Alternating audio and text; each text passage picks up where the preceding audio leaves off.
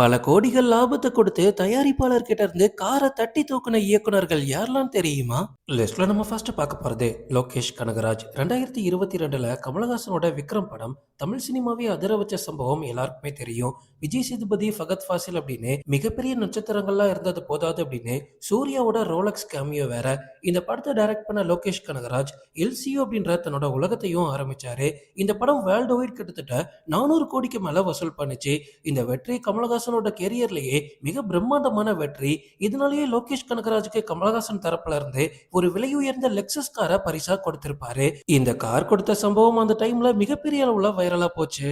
லிஸ்ட்ல நம்ம அடுத்து பார்க்க போறது நெல்சன். ஒரு படம் சரியா போகல அப்படின்னா டைரக்டரை வச்சு செஞ்சிருவாங்க அப்படின்றதுக்கு நெல்சன் ஒரு மிகப்பெரிய எக்ஸாம்பிள்.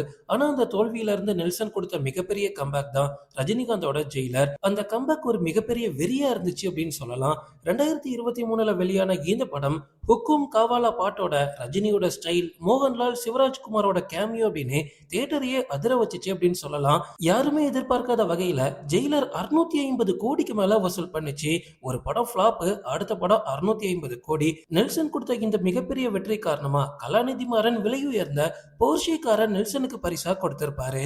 லிஸ்ட்ல நம்ம அடுத்து பார்க்க போறது நிதிலன் சுவாமிநாதன். நிறைய பேருக்கு இவரோட பெயர் தெரியாம இருக்கலாம். ஆனா இவர் எடுத்த மகாராஜா படம் எல்லாருக்குமே தெரியும். 2024ல விஜய் சேதுபதியோட 50வது படமா இது ரிலீஸ் ஆகியிருக்கும். இந்த படத்தோட திரைக்கதையே ரொம்ப ரொம்ப வித்தியாசமானது.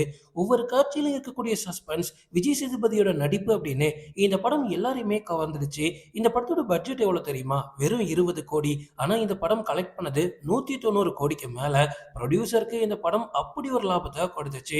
அதனாலேயே இந்த வெற்றியை கொண்டாடுற விதமா தயாரிப்பாளர் இந்த படத்தோட டைரக்டர் நிதிலன் சுவாமிநாதனுக்கு ஒரு BMW காரை பரிசா கொடுத்திருப்பாரு. லிஸ்ட்ல நம்ம அடுத்து பார்க்க போறது எஸ்ஜே சூர்யா. இது ஒரு ஸ்பெஷல் மென்ஷன் அப்படின்னு சொல்லலாம். எஸ்ஜே சூர்யா ஆரம்பத்துல ரொம்ப ரொம்ப ஒரு ஏழை குடும்பத்துல இருந்து வந்தவர் தான். அவர் போடுறதுக்கு செருப்பே இல்லாம நடந்து வந்த கதெல்லாம் இருக்கு. அவருக்கு மிகப்பெரிய ஹிட் கொடுத்த படம் அப்படின்னா வாலி. அது அவருக்கு மட்டும் இல்ல, அஜித்துக்கும் மிகப்பெரிய ஹிட். அஜித்தோட நடிப்புல வெளியான அந்த படம் அஜித்தோட கேரியர்லயே முக்கியமான திருப்பு முனையா அமைஞ்சிச்சு. இதை கொண்டாடுற விதமா அஜித் எஸ்ஜே சூர்யாக்கு ஒரு பைக்கை பரிசா கொடுத்திருப்பாரு. அதை பத்தி எஸ்ஜே சூர்யா என்ன சொல்லியிருப்பாரு அப்படின்னா, என்னோட டைரக்டர் நடந்து வரக்கூடாது, பைக்ல தான் வரணும்னு சொல்லி அஜித் எஸ்ஜே சூர்யாக்கு இந்த பைக்கை வாங்கி கொடுத்திருக்காரு.